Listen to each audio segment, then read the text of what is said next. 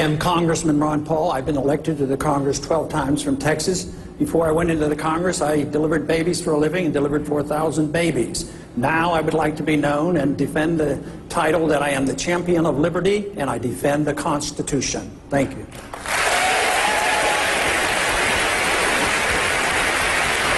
Governor, I want to come to Congressman Paul.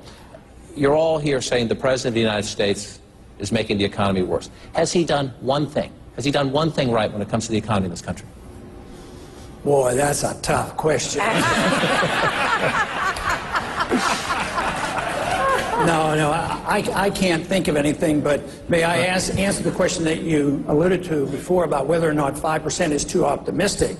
No, there's nothing wrong without setting a goal of 5 or 10 or 15% if you have a free market economy. We're trying to unwind a Keynesian bubble that's been going on for 70 years, and you're not going to touch this problem until you liquidate the bad debt and the malinvestment, go back to work, but you have to have sound money. You have to recognize how we got into trouble. We got into trouble because we had a financial bubble, and it's caused by the Federal Reserve. If you don't look at monetary policy, we will continue the trend of the last decade. We haven't developed any new jobs in the last decade. Matter of fact, we've had 30 million new people and no new jobs. It's because but people don't understand monetary policy and central economic planning. Free markets will give you 10 or 15% growth or whatever, and you will not have to turn it off because you think it's going to cause inflation. It doesn't work that way. I'm going to jump in here. I'm going to ask one more time politely. We want to get as many voters as we can involved, so please try to shorten the follow-up answers just a bit if you can. Let's go back.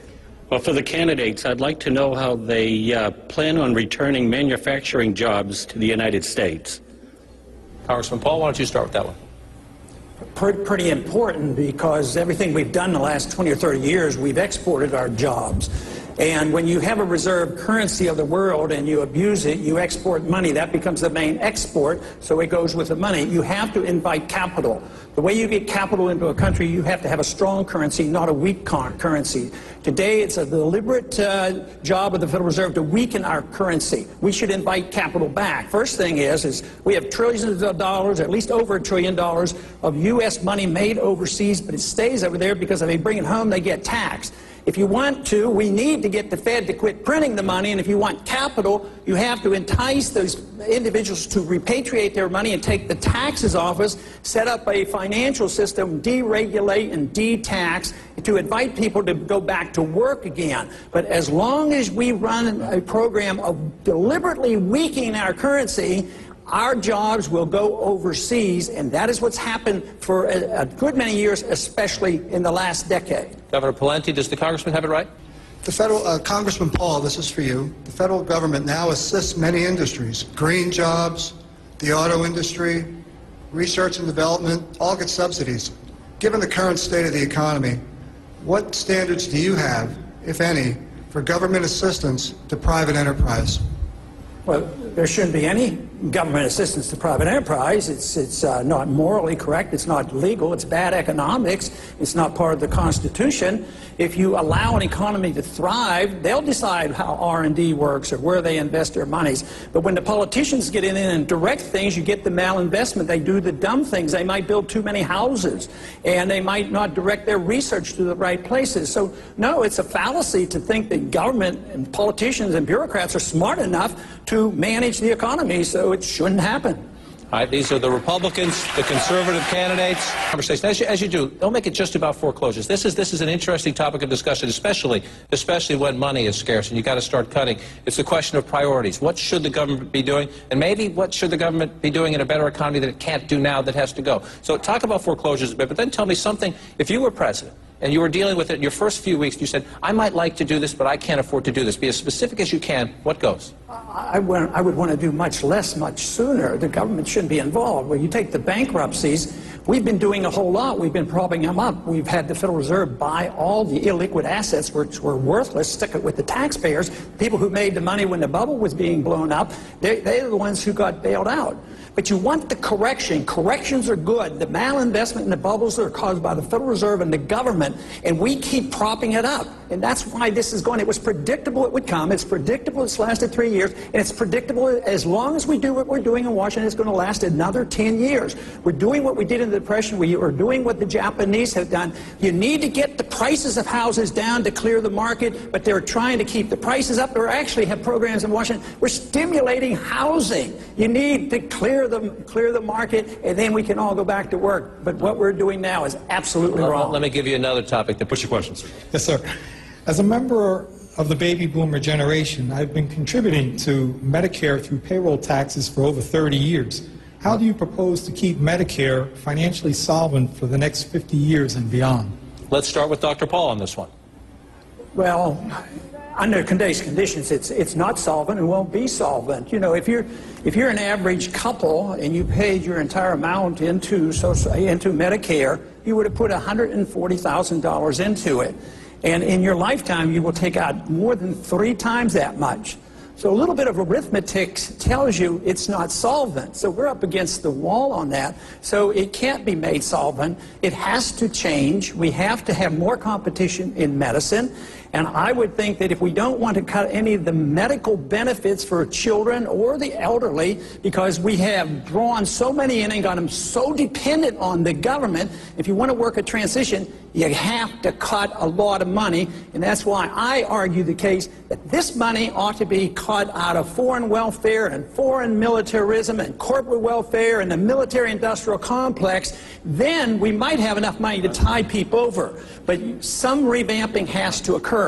What we need is competition. We need to get a chance for the people to opt out of the system. Just to talk about opting out of Obamacare, why can't we opt out of the whole system and take care of ourselves? All right, let's continue the conversation. Governor Pawlenty?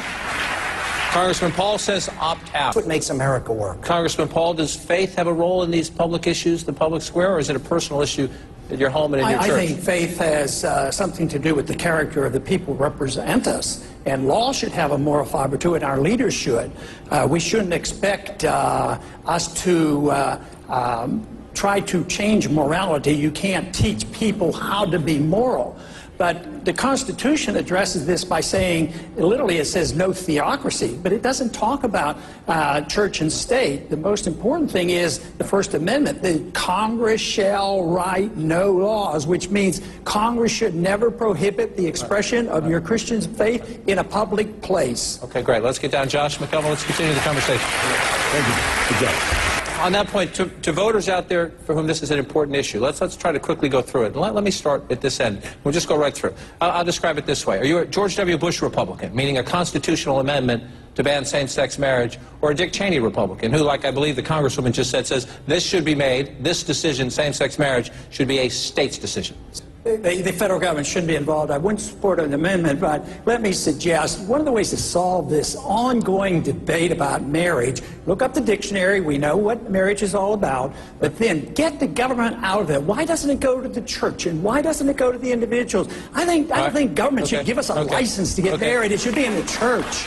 Governor Romney, constitutional amendment or a state decision? All right, let me ask you another question. The Obama administration is in the process, and Leon Panetta, as the new defense secretary, will implement essentially the repeal of Don't Ask, Don't Tell. So gays will be allowed to serve openly in the military. I want to ask each of you, and again, if we can be quickly, because then we want to get to the voters' questions. If you become president of the United States, now gays are allowed to serve openly in the military. Would you leave that policy in place, or would you try to change it? Go back to Don't Ask, Don't Tell or something else? I would not work to overthrow it, but we have to remember rights don't come in groups. We shouldn't have gay rights. Rights come as individuals, and we wouldn't have this major debate going on. It would be behavior that would count, not the person who belongs to which group. Leave it in place? What you inherit from the Obama administration, or overturn it? And so, Dr. Paul, to you on this one, the question comes up, though, once they're in the country illegally, you have compassion sometimes bumps up against enforcing the law and state budget crises. A 5-year-old child of an illegal immigrant walks into an emergency room. Does the child get care? Well, first off, we shouldn't have the mandates. We bankrupted the hospitals and the schools in Texas and other states. We shouldn't give them easy citizenship. We should think about protecting our borders rather than the borders between Iraq and Afghanistan. That doesn't make any sense to me. But on coming in, You know, there was a time when government we didn't depend on government for everything. There was a time when the Catholic Church actually looked at them. Should they get care? Should taxpayers have to pay for that care? No, they should not be forced to, but we shouldn't be penalizing the Catholic Church because they're trying to fulfill a role, and some of the anti-immigrants want to come down hard on the Catholic Church, and that is wrong. If we believed in our free society, matter of fact, this whole immigration problem is related to the economy. People aren't coming over as much now because it's weak. When we had a healthy economy, some of our people did work and people flowed over here getting jobs. So there is an economic issue here as well. But no, if you have an understanding and you want to believe in freedom, freedom has solved these kind of problems before. You don't have to say, oh, you're not going to have care, there won't be any care, and everybody's going to starve to death and die on the streets without medical care. That's the implication of the question. That's just not true, and you shouldn't accept it. Mr. Kaine, another issue that's... Here in New Hampshire, there is a popular bill that is being considered by our state legislature that would restrict the state's power to seize private land to build a power plant or a transmission facility. Should governments at any level be able to use eminent domain for major projects that will reduce America's dependence on foreign oil?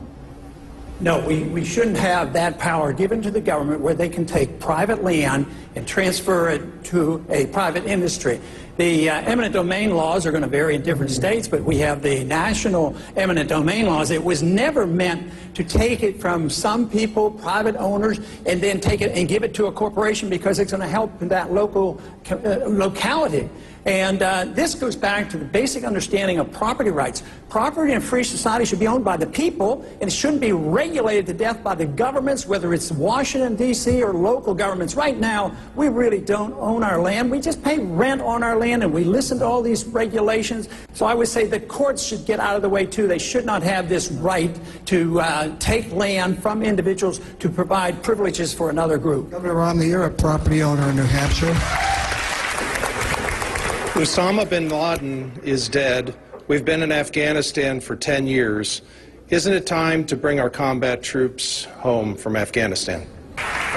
Let me continue, and that is, I think we've learned some important lessons in our experience in Afghanistan. I want those troops to come home based upon not politics, not based upon economics, but instead based upon the conditions on the ground determined by the generals.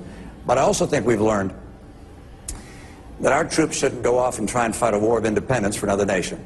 Only the Afghanis can win Afghanistan's independence from the Taliban. Thank you. Congressman Paul, do you agree with that position? Not quite. You know, I served 5 years in the military. I've had a little experience. I've spent a little bit of time over in the Pakistan, Afghanistan area, as well as in Iran. But I wouldn't wait for my generals. I'm the commander-in-chief. I make the decisions. I tell the generals what to do, and I'd bring them home as quickly as possible, and I'd get them out of Iraq as well, and I wouldn't start a war in Libya. I'd quit bombing Yemen, and I'd quit bombing Pakistan. I'd start taking care of people here at home because we could save hundreds of billions of dollars. Our national security is not enhanced by our presence over there. We have no purpose there. We should learn the lessons of history, and the longer we're there, the worse things are, and the more danger we're in as well, because our presence there is not making friends, let me tell you. Governor Plenty, a growing number of Republicans are more skeptical of these foreign involvements, but I want you to take what Congressman Paul just said. Congressman Paul, if you were the President of the United States and you could pick one, but just one of these gentlemen and the lady to join your administration, who would it be and why? Join the administration? Yes. Oh, I would think everybody would qualify as... You only get to pick one. It's about choices. I have to pick one.